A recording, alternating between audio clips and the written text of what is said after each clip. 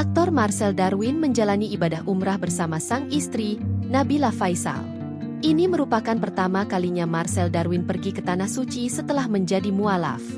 Dalam foto yang diunggah di Instagram, Marcel mengenakan kain ihram putih dan berdiri di samping istrinya yang tampil dengan busana serba hitam di depan Ka'bah. Aktor 35 tahun itu mengaku sempat merasakan emosi yang bercampur sebelum berangkat ke Tanah Suci. Ia tak menampik adanya rasa cemas.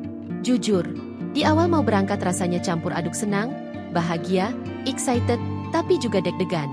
Tulis Marcel di Instagram Marcel Darwin, Selasa, 27 Januari 2026. Namun, rasa cemas itu hilang begitu ia tiba di Mekah.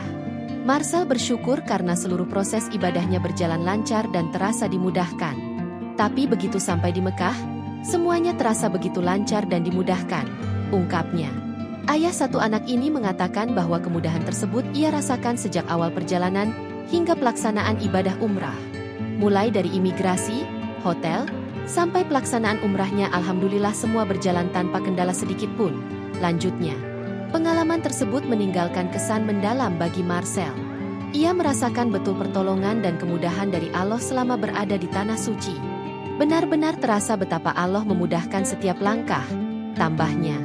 Di akhir ceritanya, Marcel mengucapkan rasa syukur karena mendapat kesempatan mengunjungi rumah Allah.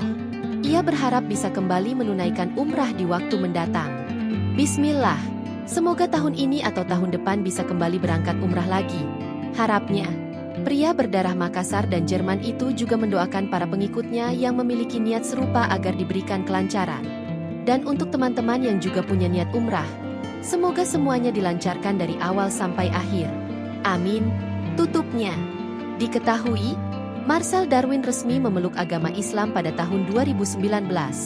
Usai mengucapkan 2 kalimat syahadat, Marcel menikah dengan sang istri, Nabila Faisal. Download Tribun X sekarang, menghadirkan lokal menjadi Indonesia.